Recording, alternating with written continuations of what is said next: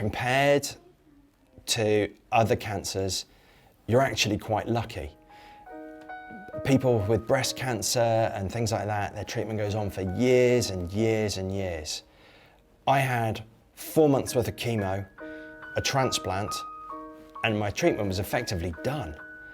Yes, it's taken me 18 months to recuperate from that, but actually, it might not feel like it when you're in the midst of the storm, but actually, it's quite a quick process. I had 2 rounds of chemotherapy and I was feeling fantastic. You know, the cancer was in remission, I was out running, I was able to look after my children. I felt pretty good. I was actually put in a remission after 4 weeks. I mean, the difficulty with leukemia doesn't lie in getting rid of it. I think it's stopping it returning. I had none of the white blood cells that are required to fight infection. They waited a couple of weeks to see if those blood levels came back up, and they didn't. I was admitted immediately and I started chemotherapy the next day.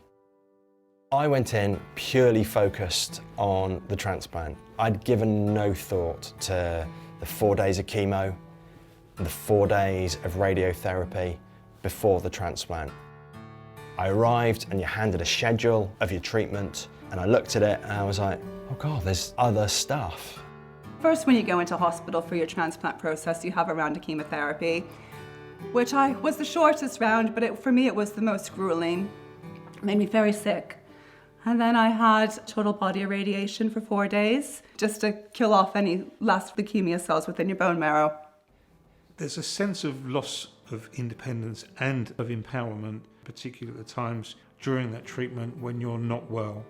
I had to be hoisted from the bed to the chair and the chair to the bed in a hoist, a hydraulic hoist, which is, you know, very degrading. I remember seeing my transplant nurse and just saying, so what happens if I just decide that I don't want to have the transplant now? And she looked at me and she said, oh, well, you die. And I said, oh, okay, so there's no turning back now. And she said, no. The treatment for leukemia is to get you into remission first.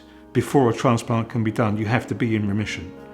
Obviously, you have days when you're really sick, but it wasn't endless at all. It was, there was far more days when I felt fine.